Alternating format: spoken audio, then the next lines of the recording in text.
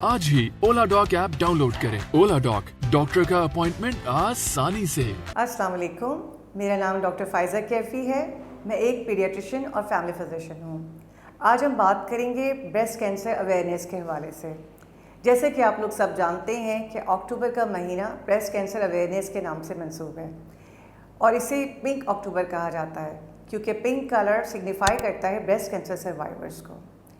Breast cancer की अलामात क्या होती हैं, इसकी तशख़ीस कैसे की जाती है और इसका तरीक़ाकार इलाज क्या है। अगर मैं ये कहूँ कि पाकिस्तान में हर 10वीं खातून ब्रेस्ट कैंसर का शिकार है तो ये गलत ना होगा, लिहाजा इसकी सिम्टम्स मालूम होना बहुत ज़रूरी है।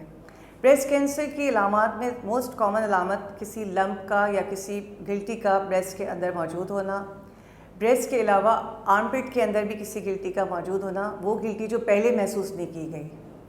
इसके अलावा निप्पल से किसी भी किस्म का रुतूबत जारी होना या डिस्चार्ज जारी होना, खुसूसन अगर ये डिस्चार्ज पिंक कलर का है या ब्लड स्टेन्ड है तो एक अलार्मिंग साइन है।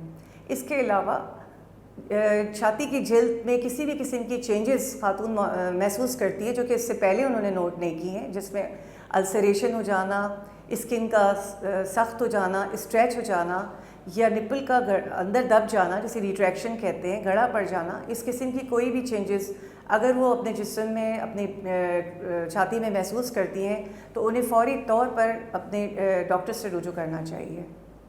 इसकी तशख़ीस के लिए जो सबसे कॉमन तरीका है उसमें कुछ चीज़ें हम ख़वातीन खुद कर सकती हैं, जैसे कि जहाँ उनकी मेंस्ट्रुएशन साइकिल एंड होती है यानी कि पीरियड्स का इख्तिताम होता है, उसके 5th डे वो अपने आप को खुद एग्ज़ामिन कर सकती हैं।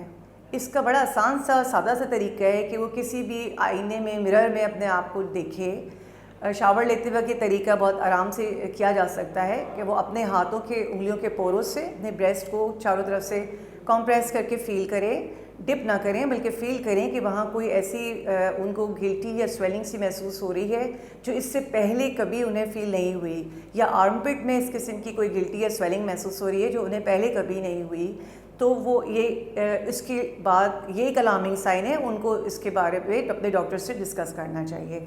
इसके अलावा वो अपनी छाती की स्किन को भी मुआयना कर सकती हैं कि क्या उनको कोई चेंजेस वगैरह महसूस हो रही हैं, जैसे कि मैंने आपको बताया कि जिल्द का स्ट्रेच होना, निप्पल का अंदर दबना या कोई डिस्चार्ज वगैरह, उन्हें कोई चीज़ ऐसी फ़ील हो रही है जो उन्होंने इससे पहले नहीं देखी, या ब्रेस्ट के साइज़ में बहुत ज़्यादा डिफरेंस फ़ील होना।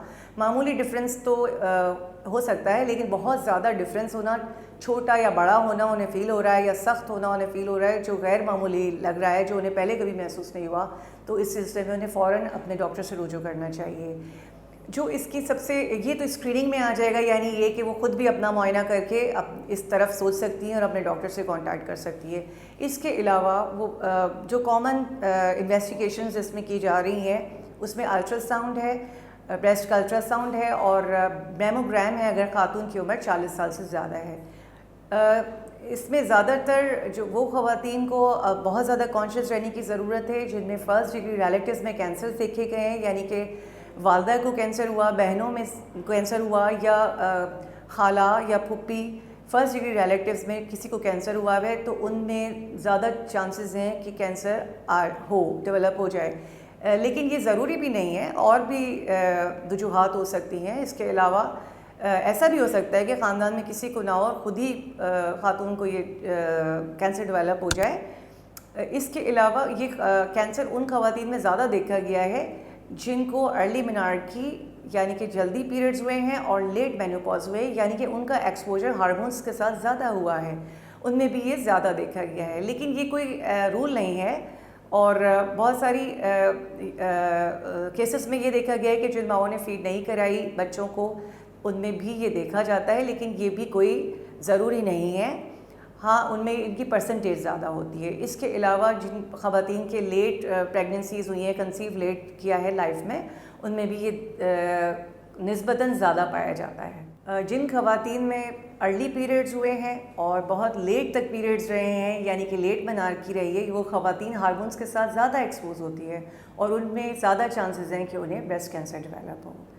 इस मोडालिटी के अलावा जहाँ अल्ट्रासाउंड और मैमोग्राम हो रहा है वहाँ कुछ ख़वातीन को डॉक्टर्स MRI भी बताते हैं, लेकिन ये सब में ज़रूरी नहीं होता।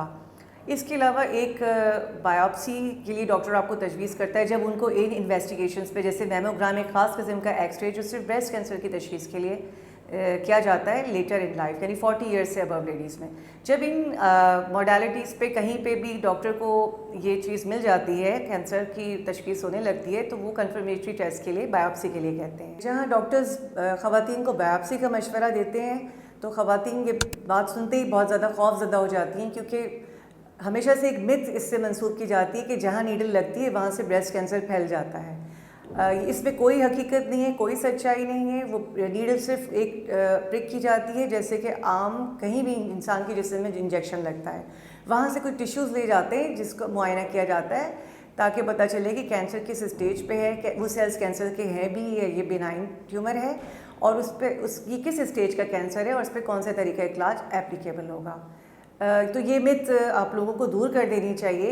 اس سے یہ بالکل ایک فرضی بات ہے، اس سے کوئی تعلق نہیں ہے کینسر کے پھیلنے کا. ان ساری موڈیلٹیز سے بریسٹ کینسر کی تشخیص ہو جاتی ہے، اس کا اسٹیج کا تعین کیا جا سکتا ہے، اور پھر ایک ملٹی ڈسپلنری ٹیم جس میں کہ ایک بریسٹ سرجن، ایک آنکالوجسٹ اور ایک ریڈیولوجسٹ شامل ہوتا ہے، وہ اس کا طریقہ علاج طے کرتا ہے کہ آیا یہ خالی سرجری سے ٹریٹ ہو سکتا ہے، کیا اس میں سرجری کے علاوہ ریڈیشنز کی بھی ضرورت ہے اور کیمو تھراپی کی بھی ضرورت ہے. یہ اپروچ آف ٹریٹمنٹ جو ہے یہ تمام ڈاکٹرز مل کے طے کرتے ہیں. پاکستان کے ٹاپ ڈاکٹرز کے ساتھ اپوائنٹمنٹ بک کریں، وہ بھی پیشنٹ فیڈ بیک دیکھتے ہوئے. آج ہی اولا ڈاک ایپ ڈاؤن لوڈ کریں. اولا ڈاک، ڈاکٹر کا اپوائنٹمنٹ آسانی سے.